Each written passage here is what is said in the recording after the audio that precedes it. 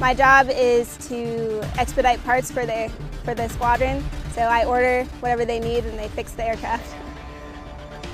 The best part of this job is working with the Marines to the left and right of me and working with the CH-53. Today we're just performing maintenance activities just to keep these aircraft up and then ready to go back home here in the next few days. I'm an airframe mechanic, so I work on like structural components or anything hydraulic like landing gear or flight controls. The best part of my job is the Marines around me. They get to teach me things that I didn't know the day before. I get to teach junior Marines more about their job, more in depth. It's always a learning-based job.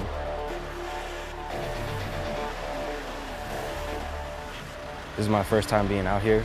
It actually gives me a chance to see the other side of the Marine Corps, giving us different environments, different climates to work with, and just different backgrounds. The unit readiness of the Reserve Marines, they're always ready. No matter what time of day it is, they never question what they have to do. They're just always ready to help the team out and get everything accomplished. The best part of this job is once you see it all come together and you see how much these birds can really take flight, it's actually pretty amazing.